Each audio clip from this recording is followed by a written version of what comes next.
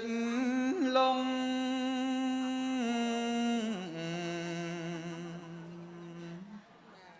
ធ្លាំងក្នុងអន្លង់4ប្រការ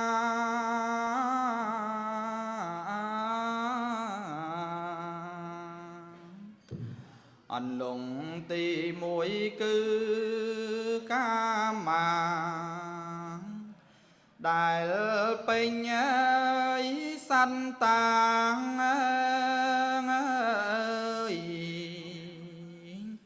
ក្នុងកាមគុណអន្លង់ទី2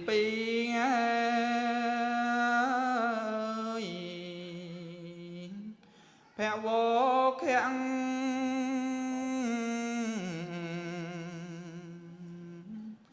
ទាញសัตว์ទំលាំងក្នុងទុងធ្ងន់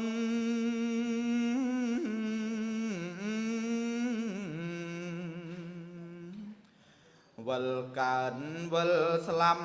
ជានិរន្តរ៍អិនមានស្រាងស្រានក្នុងភព3អន្លង់ទី3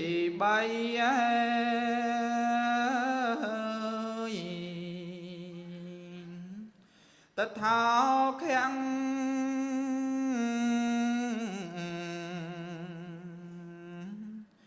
ទាញសัตว์ទំលាំងក្នុងហៅអជ័យ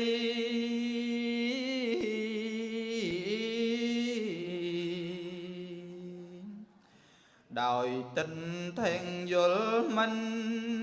ប្របីបនក្តីបាមក្តី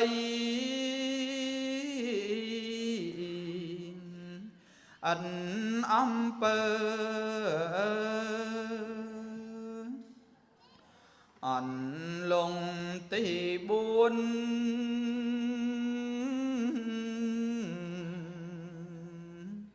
គឺអង្គវិជា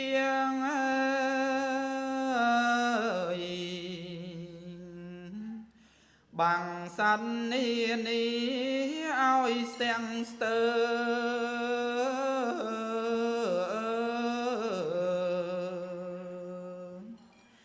នាំសัตว์វងវែងមិនឲ្យធ្វើអំពើបន់ទៀន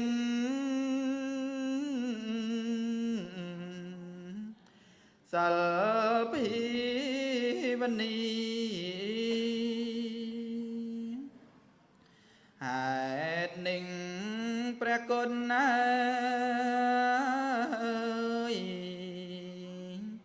ព្រះកង្រុណា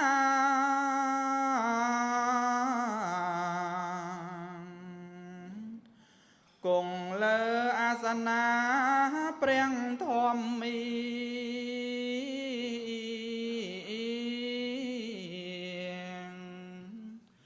ដឹកនាំយើងខ្ញុំទាំងអង្គគ្នាឡើងជីងនាវីព្រះត្រៃលក្ខណ៍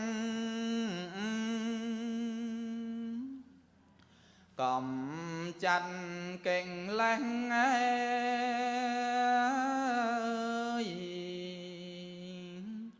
នឹងតណ្ហា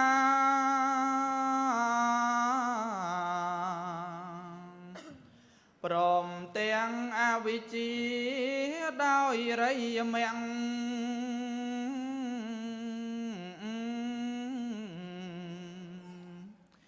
កាញ់បំបាំងបងសង្សារចាំងចូលកាន់អមតੰព្រះនិព្វានហងសូមអនុមោទនាស្ដាប់ព្រះធម៌ទេសនា ខ្ញុំព្រះករុណា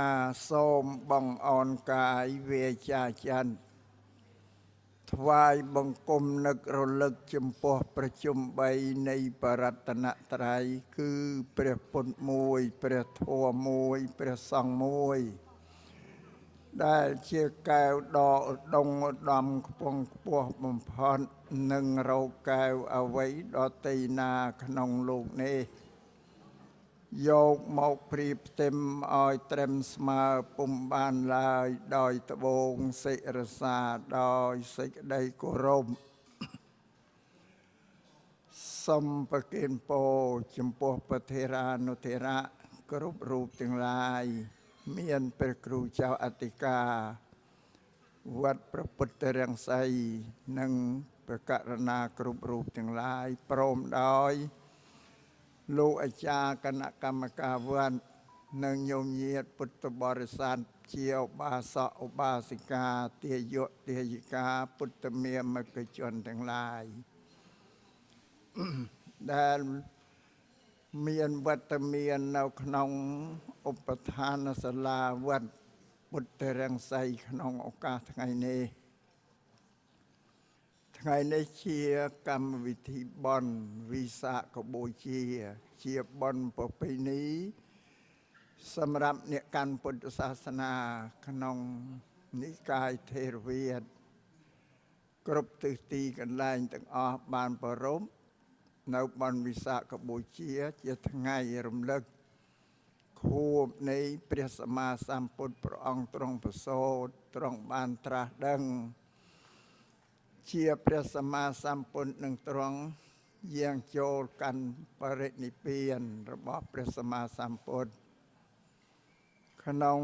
កម្មវិធីបុណ្យវិសាខបូជាឆ្នាំនេះខ្ញុំករណាអាត្មាភាពមានភ័ព្វព្រេងសំណាងវាសនាល្អណាស់ដែលបានធ្វើដំណើរមកពីមាតុភូមិប្រទេសកម្ពុជាយើងមកកាន់ប្រទេសអូស្ត្រាលីនេះការដែលបានមកកាន់ទីនេះក៏ដោយសារញោមញាតពុទ្ធបរិស័ទទាំងឡាយដែលនៅប្រទេសអូស្ត្រាលីនេះហើយជាពិសេសមានលោកគណៈកម្មការប្រធានវត្តធម្មពុទ្ធិការាមនេះលោកបានខ្នះខ្នែងពុទ្ធរាំងសីសំទោវត្តពុទ្ធរាំងសីនេះព្រមទាំងសហគមន៍ព្រះសង្ឃនៅទីនេះបានខ្នះខ្នែងខ្វល់ខ្វាយរៀបចំជាច្បាប់ដើម្បីនឹងបានធ្វើដំណើរមកកាន់ប្រទេសអូស្ត្រាលីនេះជាភ័ព្វព្រេងសំណាងជោគវាសនារបស់ខ្ញុំករណាអាត្មាភាពអាស្រ័យនេះខ្ញុំកណាអាត្មាភាពក៏សូមថ្លែងអំណរអរព្រគុណនិងអរគុណចំពោះព្រះសង្ឃនិងញោមញាតពុទ្ធបរិស័ទទាំងឡាយដែលនៅក្នុងប្រទេសអូស្ត្រាលីនេះបើគុំតែព្រះសង្ឃនិងញោមញាតទាំងអស់ខ្វល់ខ្វាយក្នុងការរៀបចំច្បាប់ទម្លាប់មកកាន់ប្រទេសអូស្ត្រាលីនេះប្រហែលជាមិនបានមកទេហើយម្យ៉ាងទៀតក៏ប្រហែលជាអភ័ព្វឲ្យវាសនាមួយជាតិនេះអត់បានមកឃើញទឹកដីអូស្ត្រាលីនេះទេហើយក៏មិនបានមកជួបឃើញពភៈនិងញោមញាតពុទ្ធបរិស័ទទាំងឡាយដែលនិមន្តនឹងអញ្ជើញមករស់នៅក្នុងទឹកដីអូស្ត្រាលីនេះទេនេះជាសេចក្តីថ្លែងអំណរអរគុណអរព្រគុណចំពោះព្រះសង្ឃនិងញោមញាតពុទ្ធបរិស័ទគ្រប់រូបទាំងអស់នៅក្នុងកម្មវិធីថ្ងៃនេះហើយម្យ៉ាងទៀតថ្ងៃនេះក៏បានទទួលភារកិច្ចជាធម្មកថាការចារសម្ដែងព្រះសុធម្មវិសេសទេសនាក្នុងកម្មវិធីបុណ្យវិសាខបូជានេះផងតែមុននឹងសម្ដែងធម៌ទេសនានេះខ្ញុំកណាអាត្មាភាពសូមរំលឹកដល់ព្រះសង្ឃនិងញោមញាតពុទ្ធបរិស័ទទាំងអស់គ្នាគ្រប់ព្រះអង្គគ្រប់រូបទាំងអស់ឲ្យបានជ្រាបថាយើងទាំងអស់គ្នានេះជាមិត្តរួម3យ៉ាងនឹងគ្នានោះមិត្តរួមទី1គឺរួមជាតិ យើងទាំងអស់គ្នានឹងទោះបីជានៅក្នុងប្រជាណាចក្រកម្ពុជាក្តីនៅក្នុងប្រទេសអូស្ត្រាលីនេះក្តីគឺយើងជាមនុស្សដូចគ្នាហើយក៏ជាកម្ពុជាបតជាខ្មែរជាខេមរៈបតដូចគ្នាទាំងអស់គ្រាន់តែយើងបានរស់នៅក្នុងប្រទេសក្នុងទីកន្លែងនឹងដទៃពីគ្នាមែនប៉ុន្តែយើងទាំងអស់គ្នានេះមានសញ្ជាតិជាខ្មែរដូចគ្នាទាំងអស់បើពោលទៅតាមមហាស័ព្ទរបស់ដូនតាចាស់យើងពីព្រេងនាយគាត់និយាយភាសាសាមញ្ញងាយស្ដាប់គាត់ថាយើងទាំងអស់គ្នានេះតងសុខជាមួយគ្នាទេណារួមតងសុខជាមួយគ្នាគាត់ពោលនេះប៉ុន្តែយើងទាំងអស់គ្នាហាក់ដូចជាភ្លេចខ្លួនទាំងអស់គ្នាភ្លេចយ៉ាងម៉េចភ្លេចថាយើងនេះមិនមែនជាសាច់ញាតិសន្តានព្រៀងលៀនអ្វីនឹងគ្នាទេហាក់ដូចជាអ្នកកន្ទាលដតីឆ្ងាយដាច់ពីគ្នានេះដោយសារយើងភ្លេចរលត់សតិទៅភ្លេចគិតបើសិនណាយើងមានសតិនឹកគិតរលឹកថាយើងនេះគឺឈាមជឿតែមួយពូជពងតែមួយទេប៉ុន្តែកណ្ដយូរទៅជាតិរបស់យើងនឹងចេះតែកើតចម្រើនលូតលាស់ច្រើនឡើងទៅនឹងដូចជានៅក្នុងប្រជាណាចក្រកម្ពុជាយើងជាដើមយើងជាសញ្ជាតិដែលនៅមានកំណើតលើទឹកដីប្រជាណាចក្រកម្ពុជាហ្នឹងព្រោះដល់យូរទៅចេះតែមានកូនមានចៅទៅសាយរាយទៅកើតជាមនុស្សពូជពងវង្សាចេះច្រើនទៅគាត់នៅចង្អៀតទាំង25ខេត្តក្រុងលើដីកម្ពុជាយើងហ្នឹងដល់អញ្ចឹងទៅយើងមិនបានគិតស្មានថាជាអ្នកដតីតាមពិតទៅមិនមែនអ្នកដតីទេគឺពូជពងវង្សាលោហិតរបស់ព្រះយើងបើគិតតាមជំនឿចាស់បុរាណថាបើខុសខ្មោចមីបាចាស់ទុំធ្វើត្រូវទាំងអស់តែគ្នាហ្នឹងឯងបើថាខុសមួយធ្វើត្រូវមកប្រទេសនេះបើយើងនិយាយថានៅយើងនេះជាបងប្អូននឹងគ្នាក៏ប៉ុន្តែដូចជាខ្ញុំកណាអាត្មាបានសម្ដែងបានជាអ្នកតកយូរទៅភ្លេចគិតដល់ភ្លេចគិតស្មានតអ្នកដតីគ្មាននិស័យបច្ច័យអីតេតងគ្នាទេបើយើងយកបញ្ញាមកគិតថាអត់ឆ្ងាយពីគ្នាទេអាត្មាបានភ្ញាក់រលឹកមុនញោមញាតទាំងអស់បើពោលយ៉ាងនេះហើយបាក់បីដូចជាអួតខ្លួនឯងហ្នឹងប៉ានឹងមិនអួតទេក៏ជំរាបថាបាននឹករលឹកឃើញថាជន់រួមជាតិហ្នឹងគឺជាសន្តានព្រៀងលៀនរបស់គ្នាបានអាត្មាតែងតែមានការប្រស្រ័យរាប់អានរវាងបរិស័ទពូជពងវង្សាទាំងអស់នៅក្នុងទឹកដីប្រជាណាចក្រកម្ពុជាក្តីអ្នកនៅអញ្ជើញមករស់នៅក្រៅប្រទេសដូចជានៅប្រទេសនៅអូស្ត្រាលីជាដើមឬក៏នៅបារាំងនៅខាងអឺរ៉ុបខាងអាមេរិកខាងជាដើមដែលយើងបានមករស់នៅលើទឹកដីទ្វីបទាំងអស់នោះក៏ខ្ញុំកណាអាត្មាភាពនៅតែសម្គាល់ថាជាសាច់ញាតិពូជពងវង្សាទាំងអស់គ្នាដូចជាអាត្មាខ្ញុំកណាមកកាន់ទីនេះដោយសារញោមញាតិប្រសង់ជាពុទ្ធបរិស័ទនៅទីនេះរំអានអាត្មានឹងថាជាខ្មែរដូចគ្នាដែលបានជានិមន្តនឹងខំតស៊ូធ្វើច្បាប់ធ្វើទម្លាប់ដ៏តឹងតែងបំផុតសម្រាប់ប្រទេសគេដើម្បីឲ្យបានធ្វើដំណើរមកជួបពភាកជួបមុខរបស់ញោមញាតិពុទ្ធបរិស័ទអស់គ្នានៅសម្គាល់ថាអញ្ចឹងខ្ញុំកណាអាត្មាជំរាបត្រង់តែទនីមកនេះអត់ចង់មកទេជ្រាបត្រង់ចាស់ទៅលំបាកក្នុងការធ្វើដំណើរបើដល់នឹកឃើញក្នុងចិត្តមួយទាំងញោមញាតិបរិស័ទពូជពងវង្សាដែលនៅឆ្ងាយដាច់ស្រយាលពីគ្នានោះថាញោមញាតិធ្លាប់ឃើញស្គាល់ទៅតាម Facebook ខាង YouTube ស្ដាប់ធ្វើទេសនាអីនោះបើឃើញតែស្រមោលបើអញ្ចឹងចង់បានជួបរូបភាពដែលពិតប្រាកដនោះដូចថ្ងៃនេះនោះ បានមកហើយបានជួបគ្នាឃើញប្រកាសមិនមែនជាស្រមោលទេបងហ្នឹងជារូបពេទ្យខំតស៊ូមកហ្នឹងគឺរាប់អានថាសាច់ញាតិដែលនៅក្នុងប្រទេសដូចគ្នាញោមញាតិបរិស័ទណានៅស្រុកក្រុងលំនៅជារាជធានីតាមខេត្តក្រុងស្រុកជនបទដាច់ស្រយាលក្តីអើយតែធ្វើដំណើរទៅកាន់វត្តអាត្មាតែងទទួលប្រស្រ័យរាក់ទាក់រាប់អានមិនឆ្មើងឆ្មៃឬអើងអីទេបងរាប់អានស្មើទូទៅតាមពិតទៅក្នុងចិត្តនឹងមានមេត្តាករុណាដល់ញោមញាតិដែលនៅតាមស្រុកស្រែលំនៅជនបទនោះច្រើនដោយសារឃើញជីវភាពរស់នៅវាដាច់ស្រយាលពីអ្នកទីក្រុងពីអ្នកមានធនធានច្រើនណាស់ហើយមានចិត្តមេត្តាទាំងមនុស្សដូចតែគ្នាតែគិតទៅតាមសាសនាថាបុណ្យតែងសាងបុណ្យមកតែងមិនមានកម្លាំងបុណ្យឲ្យជួយទ្រទ្រង់ឲ្យមកកើតក្នុងទីក្រុងរាជធានីកន្លែងដែលប្រជុំអ្នកប្រាជ្ញបណ្ឌិតមានការរៀនសូត្រទេមកពីបុណ្យវាតែងព្រោះវាគ្មានអីអូសទាញមកនឹង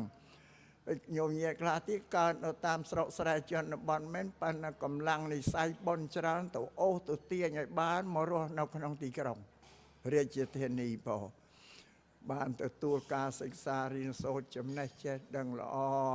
បងដើម្បី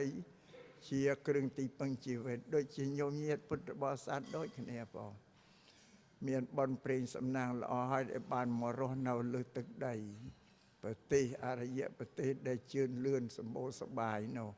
តែជីវិតរបស់ញោមញាតិក៏រស់នៅបានក្តីសុខបើក្នុងភាពជាជីវិតរបស់មនុស្សនោះស្របទៅតាមឱវាទរបស់ព្រះសម្មាសម្ពុទ្ធព្រះអង្គទ្រង់សម្ដែងថាជីវិតមនុស្សអាចមានសិរីសួស្តីបានអាចមានសិលអាចទទួលធ្វើរបស់សប្បុរសបានដោយសារមានបញ្ញាបង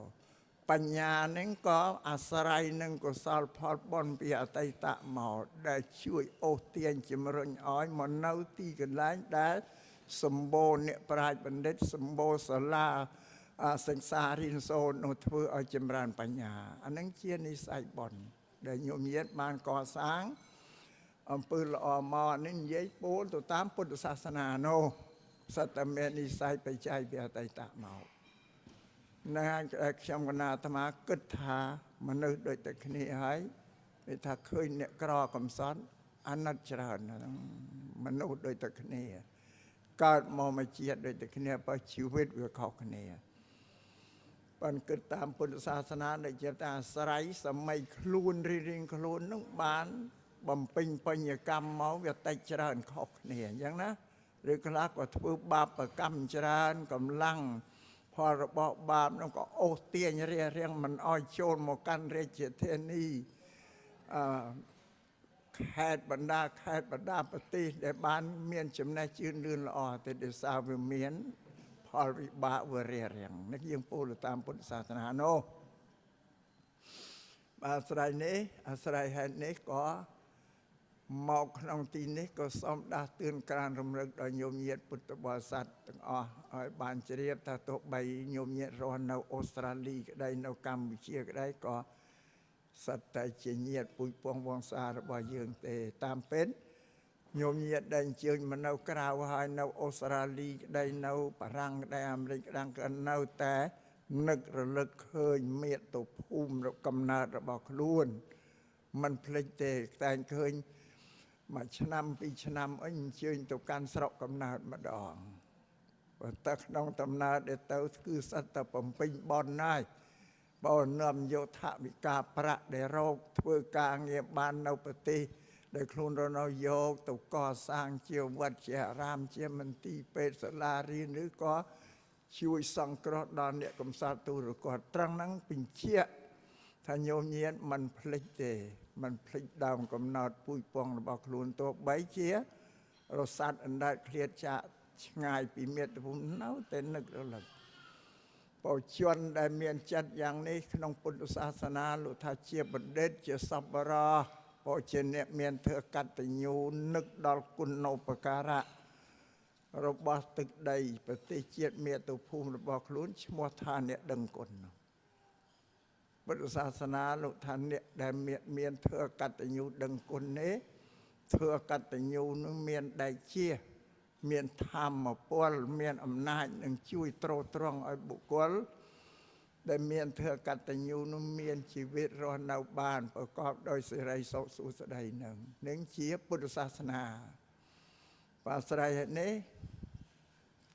មុនដំបូងនេះខ្ញុំកណាអាត្មាក៏សូមរំលឹកបណ្ដាញញោមណាថាទាំងអស់គ្នានឹងមិនមែនជាអ្នកដាច់ស្រយាលពីគ្នាទេគឺសាច់ឈាម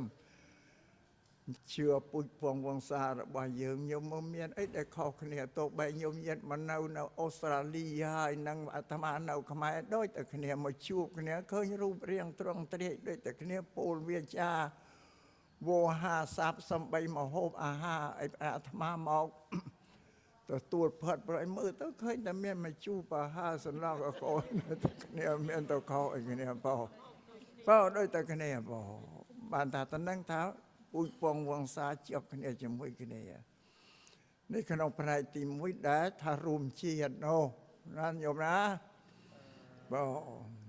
ទី2រួមសាសនាយើងនឹងជា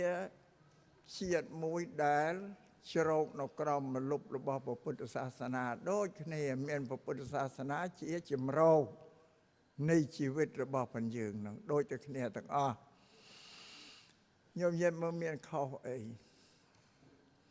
វត្តអារាមពុទ្ធសាសនាទាំងអស់ទូទាំងប្រជាណាចក្រកម្ពុជានឹងមានជាង 5,000 វត្តមានវត្តតូចវត្តមធ្យមវត្តធំវត្តទាំងអស់ហ្នឹង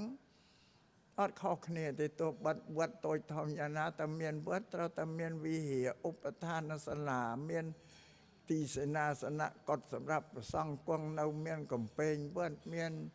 ខ្លោងទ្វារជាដើមដូចគ្នាទាំងអស់រិទ្ធវត្តនឹងជាភូមិរបស់ប្រសង់គង់នៅភូមិដែលប្រសង់គង់នៅកើតឡើងពីទឹកចិត្តសទ្ធាជ្រះថ្លារបស់ញោមញាតិពុទ្ធបរិស័ទជាគ្រហស្ថទាំងអស់បងអ្នកដែលជ្រះថ្លាពុទ្ធសាសនាក៏លះបង់ទ្រព្យធនធានរបស់បញោមញាតិផ្ទាល់ខ្លួនទៅរួបរวมគ្នាដើម្បីកសាងជាវត្តអារាមឡើងសម្រាប់ព្រះសង្ឃលោកគង់នៅហើយព្រះសង្ឃដែលគង់នៅគ្រប់វត្តទាំងអស់ក្នុងប្រជាណាចក្រកម្ពុជាក៏ដូចតែគ្នាមានភិក្ខុមានសាមណេរជីវិតរស់នៅរបស់ព្រះសង្ឃដូចគ្នាទាំងអស់មិនមានអីដែលប្លែកពីគ្នាទេវិគោលធម៌ក្នុងពុទ្ធសាសនាដែលត្រូវគោរពបដិបត្តិក្នុងមេគាពុទ្ធសាសនាមានគម្ពីរបត្រៃបិដកជាគោលដូចគ្នាទាំងអស់អត់មានអីខុសគ្នាទេនេះសម្រាប់ថារួមសាសនានោះវាជាពិសេសដែលសំខាន់ទៀតសំខាន់បំផុតមួយទៀតនឹងញោមញាតិអ្នកកាន់ពុទ្ធសាសនាដោយញោមញាតិចេញចាកពីទឹកដីប្រទេសជាតិមាតុភូមិរបស់ខ្លួនសំបីមកដល់រស់នៅខាងប្រទេសអូស្ត្រាលីក្តីខាងអាមេរិកក្តីខាងបារាំងក្តីញោមញាតិទៅហើយសាសនាដែលខ្លួនក្លឹបបានគោរពបូជាតាមប្រពៃណីពូជពងវង្សត្រកូលនៅក្នុងប្រទេសជាតិរបស់ផងយើងទៅបីញោមញាតិអញ្ជើញមកហើយក៏បីត្រោពោកម្ពីស្ទួយយកពុទ្ធសាសនានោះមកជាប់នឹងខ្លួនបងមកប្រដាសស្ថាននៅអូស្ត្រាលីនេះញោមញាតិមើលយកពុទ្ធសាសនាជាប់មកផងអត់ក៏វែងចោលទេមិនមកតែខ្លួនចោលសាសនាហ្នឹងអត់ទេមកហើយក៏ព្យាយាមនាំយកពុទ្ធសាសនាមកតាំងនៅលើប្រទេសអូស្ត្រាលីនេះតាមពិតប្រទេសអូស្ត្រាលីនេះมันមានពុទ្ធសាសនាទេពីអតីតកាលកន្លងមកហើយដូចជានៅប្រទេសនេះគេនិយមសាសនាគ្រីស្ទាននេះនៅគ្រីស្ទានដល់ឥឡូវនេះញោមញាតិបាននាំពុទ្ធសាសនាយកមកប្រដៅស្ថាននៅលើទឹកដីអូស្ត្រាលីនេះជាទីសក្ការៈបូជាបានថាពុទ្ធសាសនានឹងខ្មែរនេះគឺខ្មែរផ្ញើអាយុជីវិតពោតាំងតែពីថ្ងៃកើតមករហូតដល់ថ្ងៃចុងទីបញ្ចប់អ្វីក៏ត្រូវទីពឹងប្រសង់ដែរបងនេះជីវិតរបស់ខ្មែរប្រពៃណីរបស់ខ្មែរហ្នឹងបានពុទ្ធសាសនានេះជាសាសនាសម្រាប់ជីវិតរបស់ប្រជាប្រដ្ឋខ្មែរយើងទាំងអស់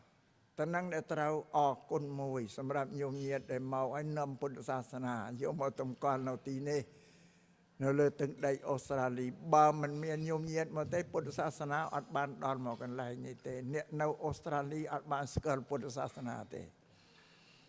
ជនជាតិអូស្ត្រាលីអាចស្គាល់ពុទ្ធសាសនាដោយសារញោមញាតដែលជាខ្មែរឲ្យនាំពុទ្ធសាសនាមកតម្កល់ទុកនៅទីនេះហើយវាឲ្យសំតាមញោមញាតតែងឧទ្ទិសថាសូមឲ្យពុទ្ធសាសនានេះផ្សាយទូទាំងសកលលោកសូមឲ្យលោកទាំងមូលកើតសន្តិភាពនឹងពុទ្ធសាសនាជាសាសនាសន្តិភាពធ្វើឲ្យមនុស្សសន្តិភាពស្ងប់ស្ងាត់នឹងកាលណាបើមនុស្សនឹងសន្តិភាពហើយសង្គមប្រទេសជាតិក៏សន្តិភាពដែរព្រោះសង្គមរបស់មនុស្សសន្តិភាពអសន្តិភាពមកពីមនុស្សទេមិនមែនសន្តិភាពទៅឯងទេនេះសូមឲ្យញោមញាតជ្រាបដោយក្នុងជំនឿសាសនាដទៃគេតែងបន់ស្រន់បួងសួងថាសូមឲ្យព្រះជាម្ចាស់មកសាងសន្តិភាពឲ្យមនុស្សលោកឲ្យព្រះនោះមកធ្វើឲ្យបង្កើតពូជសន្តិភាពស័ក្តិសុខសន្តិភាពឲ្យមនុស្សលោកគេសូមឲ្យព្រះមកធ្វើឲ្យតែសម្រាប់ពុទ្ធសាសនាព្រះសម្មាសម្ពុទ្ធលោកបដិសេធថាព្រះមិនអាចមកសាងសន្តិភាពឲ្យមនុស្សបានទេសន្តិភាពកើតពីមនុស្សទេព្រះពុទ្ធលោកសម្ដែងថាអញ្ចឹងបើចង់ឲ្យសង្គមសន្តិភាពតើតែមនុស្សនោះសន្តិភាពមុនពេលមនុស្សអាចសន្តិភាពទៅបានតើតែមនុស្សនោះមានសិលធម៌មានហេតុមានបច្ច័យអញ្ចឹងព្រោះអ្វីទាំងអស់កើតតែពីមនុស្សទេពុទ្ធសាសនាឲ្យតម្លៃមនុស្សទេអាស្រ័យនេះអ្នកដែលសង្ឃឹមថាទេវតាមកធ្វើសន្តិភាពឲ្យអត់មានទេមានតែមនុស្សទេជាសេចក្តីពិតនឹងសូមឲ្យញោមញាតជ្រាបអញ្ចឹងហើយដោយពិភពលោកសប្តាហ៍ថ្ងៃមិនតែប្រភពអ្នកកាន់ពុទ្ធសាសនាទេប្រភពអ្នកកាន់សាសនាណាក៏ដោយព្រោះគេចង់ឲ្យមនុស្សនឹងមានសិលធម៌ព្រោះគេសម្លឹងទៅក្នុងសង្គមមនុស្សបច្ចុប្បន្ននេះសិលធម៌វាធ្លាក់ចុះគ្រប់ជាតិ